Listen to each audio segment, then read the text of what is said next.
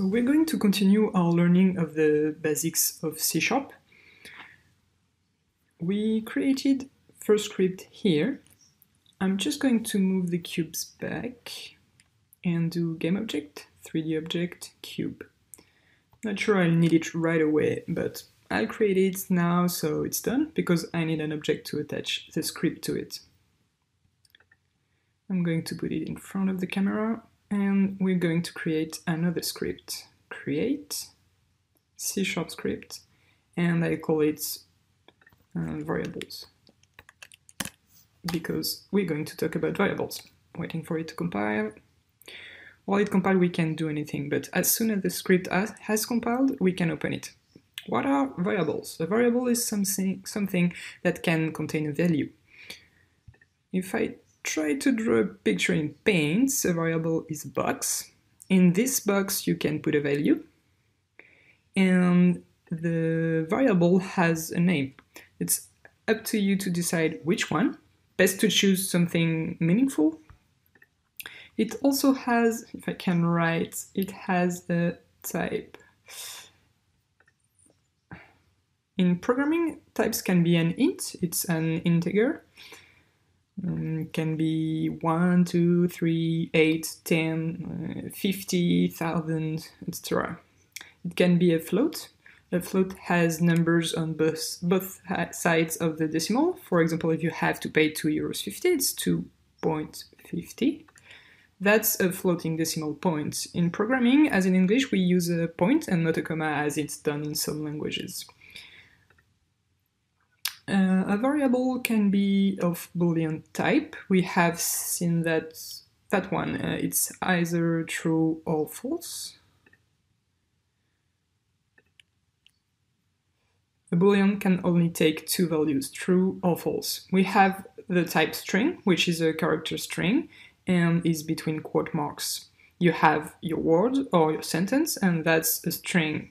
Now, there are more types than that, but let's just say that these are the main primitive types to remember. And I'm going to show you how we use them with C#. We can create a comment variable. We're going to create the different types of variable. To create a variable of type integer, we'll use int. Int means integer. We said your variable must have a name. For example, what can we do? Age. I'm going to call it age. Int age, and age can have a value, for example, 30. Now, I've created a variable of type int called age with a value of 30. I do Ctrl S to save. I go back into Unity. I'll just drag the variable script onto the cube. I'm going to fold the other components so we have a clearer view. I have the variable script here. In programming, we have a concept of visibility for variables. By default, they are in private. It means they are only accessible by the script itself, and they are not visible in Unity. The opposite of private is public. So public int blah blah blah. Public means that the variable is public, it's visible. If I save, I do Ctrl S, go back to Unity. Here nothing has changed. I click on the cube and there we see age and we see 30. We have access to the values 30 and I can modify it as I wish, as long as it respects the condition that it's an integer. So here we have access to the variable's value directly in Unity, set to 53. We know the print function, and we know how to do a concatenation. I can say age is equal, this is my sentence. I want to display this sentence, and there I do a concatenation. I'm going to do plus age. That means I'm going to do a concatenation with age, and when you call a variable by its name, when you give the name of the variable directly, it allows you to retrieve its value. We retrieve the value and display it. Ctrl S. Go back to Unity, launch, there's an error. Perfect, we have an error. We are going to look at what happens. Semicolon forgotten. I go back here, and yes, I forgot the semicolon. Let's add it, Control S, go back. The error should go away. I'll be able to run the game. And then if you look in the console, we have age equals 53 here. To have a clearer view, I'm going to delete the other cubes so that no other messages appear. I restart, and look, we have age equaled 53. So we've managed to display this in the console. We can change the value of the age whenever we want. We can say age equals 100. That works. We can say age is equal to 6 by 6. That works. You can say age plus plus. It's a shortcut that means age is equal to age plus 1. It increments the value by 1. So 6 by 6 is 36. So here it's 36 plus 1, we should have 37, and if I do a print of age, normally we should have 37, which will appear in the console at this moment of the program. We test, give it time to compile, I restart the project, and we look in the console. We have age equal to 53, and underneath we have 37. That appears because we have modified the age in our code. If you look at the cube and you look at the value here, you see the last value of our variable. As the name implies, a variable can change. So if you store the character's life, he can have 10 points of life and then lose or gain life over time. Small detail that has nothing to do with what we are doing, but if you move the cube and put it anywhere and stop the game, the cube returns to its place. All the changes you make during the game are not saved, and it puts your scene as it was before the launch of the game. This is a little concept to remember, don't be surprised. So that was it for a variable of type int. I'm going to declare a public float. Float has numbers on both sides of the decimal. I'm going to say money, argent in French, is equal to 27.956. That's a valid float variable. We'll see how it looks. Give it time to compile. Oh, I forgot the lowercase f here. That's what the message told me. You can convert to float type, you have to use f as a suffix. This is a peculiarity of the C# language, but also of other programming languages. When we create a float, to really say explicitly that it's a float, we always add a lowercase f at the end. It's the only type for which we have to do that. We don't add an I for the int or anything else. Only for the float do we add a lowercase f at the end to say that it's a float. Control S, I return here. There, normally the error should disappear, and we have 27.956, which appears, so it works. We can do all the mathematical operations we want. I can do a print of age multiplied by money. The pop-up you see is called IntelliSense. I'm typing my code, and automatically Visual Studio suggests keywords that might interest me. If I press enter, it validates, and it allows me to go much faster when I'm programming. So I can multiply an integer by a float. There's nothing to stopping me from doing that, and it's going to be 30 multiplied by 27.956. So in my head, I don't know how much it is, but we'll look at the results. So there it is, 1,481.668. We can do other operations. All of them actually, age added, subtracted, multiplied, and divided. These are the four main mathematical operations. We also have the modulo, for those who know, written like this. The modulo is the remainder of a division. You can also use the brackets for priorities. An operation between brackets will be done before an operation not between brackets. So here are the basic operations you can perform. We're going to create a public bool, which is a Boolean value, and this will allow us to create a Boolean, which can be either true or false. I'll call it example Boolean, and say that it is equal to true, for example. There I have created an example Boolean. I go into Unity, and if I look here, I have my Boolean, and the value is displayed in a checkbox, either true or false. It can only have two possible states, true or false. And finally, public string, which is a character string, and I'm going to call phrase, means sentence in French.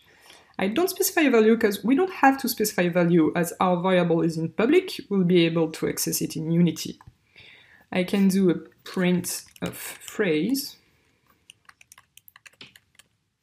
You'll notice that I'm not putting quote marks here, because if I did, it would display the word phrase in the console, which is not what I want. I want to display the contents of the variable phrase value.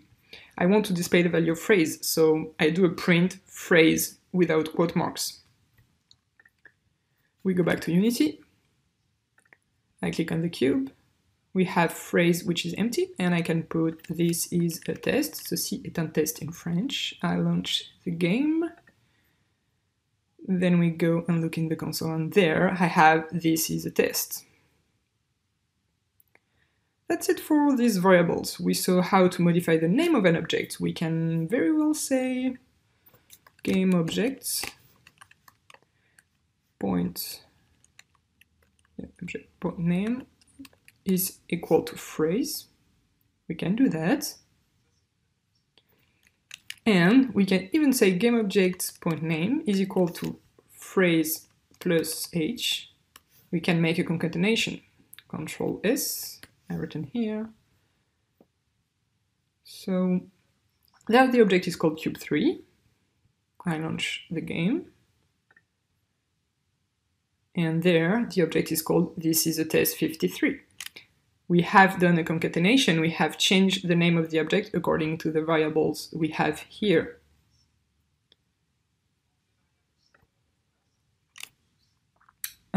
There are some things that you can do. For example, if I try to say age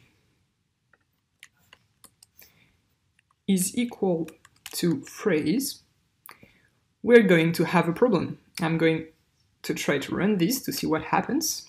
There, it's already telling that it's impossible to convert a string type into an int type. It doesn't work. You can convert just like that values which are not of the same type. So it's possible to use the function parse. So age is an int type. We want to convert a string type into an int type. So we're going to write int point parse, which takes in brackets the variable we want to convert into int, and that's going to transform a word, a string, into an int. Int point parse allows to parse and convert a string into an int. So our code is syntactically correct. We won't have any compiling error, but that doesn't mean it will work. Here, our sentence cannot be converted into int. If I run the game, it will throw a running error. This is a test. Here is not numbers. Here I have a format exception. I have an error that was triggered in the console because the string is not in a correct format. You can't convert a word into a number. On the other hand, if my phrase is 87, for example, then phrase 87 can be converted into a number 87. I launch the project, and there I have no error, and we see that age is equal to 87. So we have succeeded in converting the word into a number. We can also convert a float as long as we respect the constraints. If for example, we try to convert the age into a float, it will work.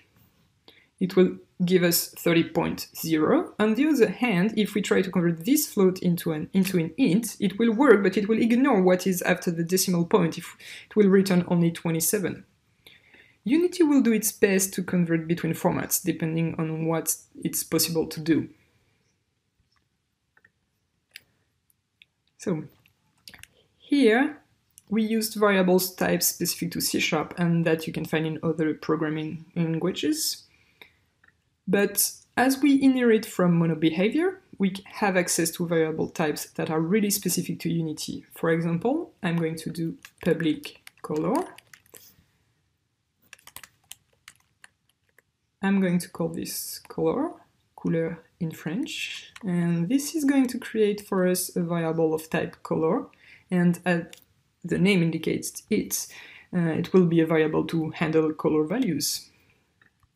And if I look at what this does, you can see our color variable here, which offers us a color picker. And here I can choose a color here, we can take a turquoise, and here we have our color, which is stored in the variable. What's the use? Well, it can be used to modify the color of the object, the color of the cube, for example. So how to modify the color of the cube? It's a bit complex if we try to write it in code entirely, but we can try to go a little bit faster. I can create a public variable of type material, which I will call mat, for example. Public material mat. Mat is the name of my variable, material is the type, and the material we have already seen what it is, since we have already created a material. I'm going to create a new material, create material, I'm going to call it test, and I'm going to use this material on the cube. Here we have a material.